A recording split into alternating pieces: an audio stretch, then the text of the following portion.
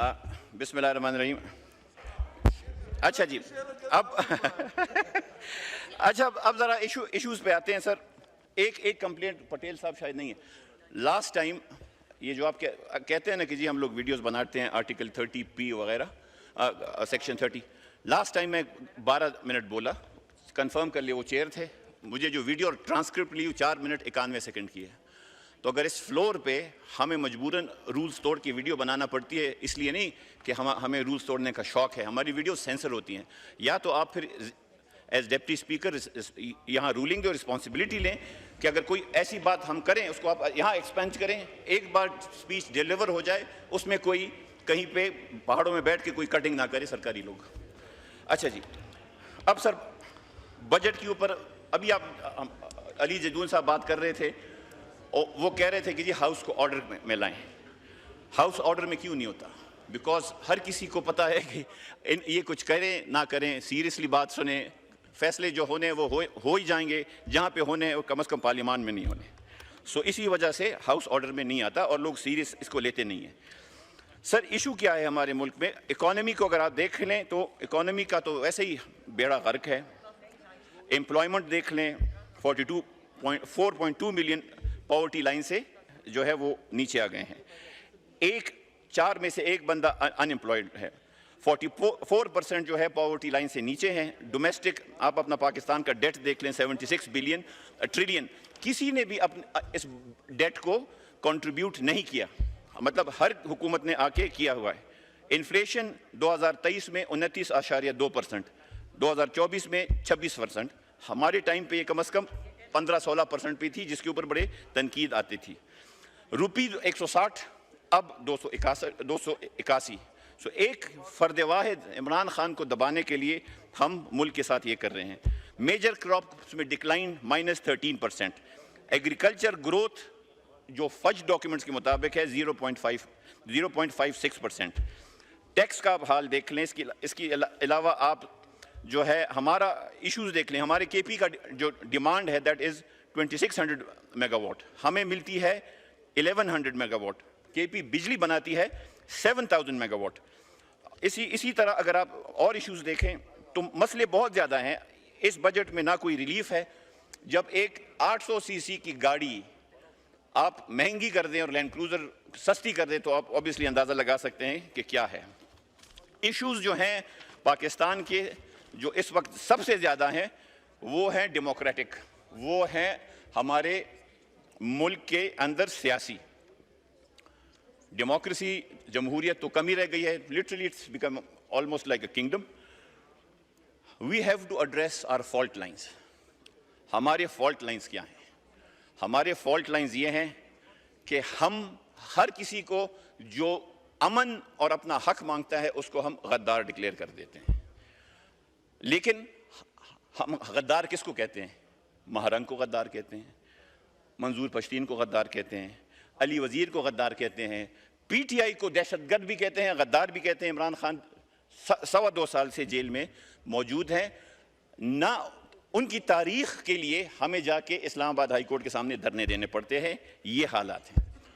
परसों तरसों last week का हिसाब ले लें, बलोच डिसअपीयरेंसेस डेली होते हैं। हम एक तरफ कहते हैं नेशनल कोहेशन, लोगों को कौमी धारे में लाएं, दूसरी तरफ हम यंग ब्राइट लोगों को जो है वो गायब कर देते हैं। कैसे नेशनल कोहेशन है कि कैसे? अफसोस के साथ अगर ये मुल्क आगे जाएगा, ये मुल्क बेहतरी की तरफ जाएगा, तो सियासतदान ने अपने आप को ज़रा इम्प्रूव करना होगा।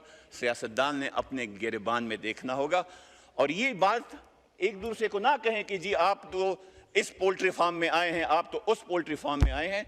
ये तो 70 साल का रोना ही है कि यही पोल्ट्री फार्म चल रहे हैं, तो मतलब मैं भी गुड़ खा रहा हूँ, आप भी गुड़ खा रहे हैं और मैं आपको कहता हूँ कि आप गुड़ खा रहे हैं। मुनाफिकत है नहीं, मुनाफिकत है नहीं। फरतुल्लाह बाबर साहब के साथ जो हो रहा है मैं उसको कंडेम करता हूँ। फरतुल्लाह बाबर साहब साफ आदमी है, नीट आदमी है, अभी भी एक पुरानी गाड़ी में फिर रहे हैं। अगर उन्होंने कोई पैसे बनाए होते, अरबों खरबोपति होते, तो शायद उनके साथ ये ना होता। इस्लामाबाद में एक अजीब सिस्टम और है। यहाँ पे एक ग्रुप बना हुआ है और नाम उसको दिया है पंजाब के स्पेशल ब्रांच के एक सीनियर अफसर ने, जो केपी में आईजी हैं, और मुबैना तौर पे कहा जा रहा है कि जो गरीब नादार लोग हैं उनको उठा के उन पे नामूस रिसालत का इल्ज़ाम लगा के उनको सजाएं दी जा रही हैं, जिसको ब्लास्फेमी बिजनेस ग्रुप भी शायद कहते हैं। मेरा हुकूमत से ये मुतालबा है कि इस पे एक कमीशन बनाएं ताकि हकायक जाने जाएं। अगर कोई नामूस रिसालत, कोई रसूलुल्लाह सल्लल्लाहु अलैहि वसल्लम की शान में गुस्ताखी कर रहा है, सख्त से सख्त सजा दें।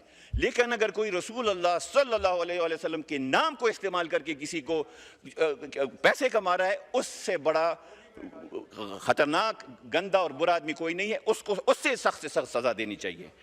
सर, इसके अलावा अगर आप देखें, हमारे नेट केपी के अंदर देखें, अक्सर हम यहाँ सुनते हैं, बात होती है कि जी हम जब एक सूबे से दूसरे सूबे जाते हैं, पंजाब से सिंध जाते हैं, जी सड़कें ठीक नहीं होती। हमारा मसला ही कोई और है। हम कहते हैं जी सड़कें बाहर में जाए, हमें जीने का हक दें, हमें अमन दें, हमें इंसाफ दें। मतलब हम, कहा क्या जाता है कि जी केपी और बलूचिस्तान पेरिफरी क्या होता है? मतलब क्या हम कम पाकिस्तानी हैं या हमें किसी से सर्टिफिकेट की ज़रूरत है, और ये सर्टिफिकेट देंगे कौन? हमारे साथ इस मुल्क में सबसे बड़ा मसला, जो एलिफेंट इन द रूम, एक और भी है। सियासत काम सियासतदानों का है, लेकिन हमेशा से हमने ये गलतियां की हैं, लेकिन अगलों ने दो तीन दफ़ा ये गलतियां की हैं कि इक़्तिदार के हसूल के पास, तो जब किसी के कंधे के ऊपर आप हुकूमत में आते हैं तो आपने वही करना होगा जो आपको लाए हैं, उसी की तरह करना होगा।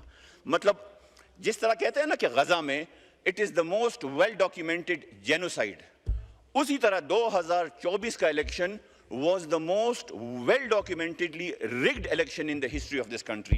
यहाँ तक कि हमने लोगों को देखा और हमें हंसी आ रही थी, बिकॉज इलेक्शन के दिन उन्होंने इंटरनेट सबके लिए बंद कर दिए थे, टेलीफोन सबके लिए बंद कर दिए थे। जब ऑन हुए और उन्होंने, तो हम भी हैरान हुए, वो हमसे ज़्यादा हैरान हुए। ऐसी दौड़ें हमने लोगों की लगाते हुए देखी है कि अफसोस भी हो रहा था और हंसी भी आ रही थी कि एक काम आप लोग सारी ज़िंदगी करते आ रहे हो, खुदा के लिए एक दफ़ा तो प्रॉपरली भी कर लिया करो। तो सर, हमारा ये इश्यूज़ हैं। इश्यूज सर ये हैं कि वही वाली बात, घुमा फिरा के, ना किसी जज की गलती है, ना किसी जर्नैल की गलती है, ना किसी ब्यूरोक्रेट की गलती है। The politician has to pull up their socks, the politician has to go to their ideology. एक सियासतदान ने बात की थी कि जी शराकत नहीं, इख्तियार की मुंतकिली। उनके साथ क्या हुआ मुझसे ज़्यादा आप सबको पता है, मुझे उसकी नाम भी लेने की ज़रूरत नहीं है और बताने की भी ज़रूरत नहीं है। उनके बहुत से लोग इसे यहाँ पे बैठे हुए हैं। उस दिन हमारे एक ऑनरेबल मेंबर थे हमारे ट्रेजरी बेंचेस में, वो कह रहे थे कि जी पिछली हुकूमत में हम पीटीआई को बता रहे थे, समझा रहे थे कि जी आप डेवलपमेंट और नैब एक साथ नहीं चल सकती। 3.5 साल बाद कहते हैं उन्होंने हमारी बात मानी। तो मुझे तो हैरत ये है, हम तो फर्स्ट टाइमर्स थे, और मैं साफ कहता हूँ हमने जो गलतियाँ की हमें उसका इदराक भी है, और आई थिंक पता उसका आगे लगेगा कि हमने गलतियों से सीखा या नहीं सीखा। लेकिन इनकी बहुत सी जमातें इन्होंने 2-3 दफ़ा गलतियाँ की हैं और फिर भी उंगलियां हम पे उठाते हैं कि जी ये आपने क्या किया और आपने मुल्क के साथ क्या किया। अगेन मुल्क ठीक होगा पॉलिटिकल स्टेबिलिटी से, और पॉलिटिकल स्टेबिलिटी कोई इनिशिएट नहीं करेगा थर्ड पार्टी, जिस तरह, अब मैं क्या अपना करूं, जिस तरह इनिशिएट थर्ड पार्टी नहीं करेगा।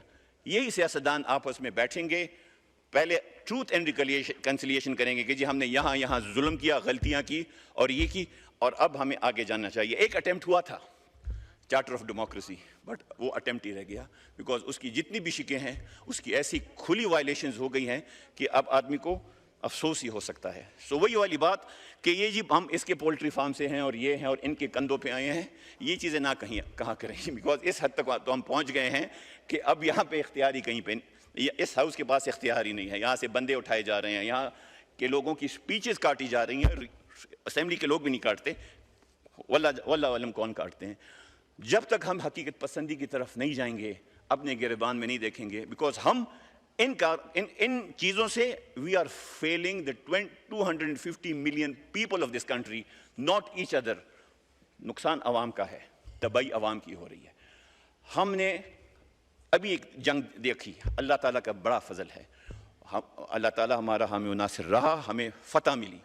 लेकिन हमें ये सोचना है कि खुदा न खास्ता ये जंग 3 दिन से 30 दिन तक जाती तो क्या हमारी मईशत हमें इजाज़त देती थी इस जंग को सस्टेन करने के लिए, या हम यहाँ वह वो कर लें। Because at the end of the day अगर खुदा न खास्ता वहाँ पे शिकस्त होती है तो वो पूरी कौम की शिकस्त होती है, ना मेरी, ना हमारी डिफेंस मिनिस्टर साहब की, ना आर्मी चीफ की, ना एयर चीफ की, ना किसी फौजी की, ना किसी ब्यूरोक्रेट की। सो हकीकत पसंदी ज़रूरी है। हम किसी इदारे के ख़िलाफ़ नहीं है, मैं आपको बड़ा खुल के कहता हूँ, किसी इदारे के, ना फ़ौज, ना रेलवे, ना CNW, किसी की नहीं। लेकिन हमारी सिर्फ एक बात ज़रूर है। तो सर ये चीज़ें हैं, बजट के ऊपर मैंने स्पीच तैयार की थी, लेकिन वही वाली बात कीजिए, हाउस में कोई सुनने वाला नहीं है, बिकॉज सबको पता है कि it doesn't matter. So we thought we'll talk about the fault lines that we have. Fault lines हम एड्रेस करेंगे, बलूचिस्तान में तरक्की भी होगी, फाटा में एक्स फाटा में अमन भी होगा और हमारी मईशत भी बढ़ेगी। फॉल्ट लाइन्स को हम इग्नोर करते रहेंगे तो ये मुल्क बद से बदतर होता जा रहा है। कर्ज देख ले जो हम हर बजट में ले रहे हैं, उसका अंदाज़ा लगा लें।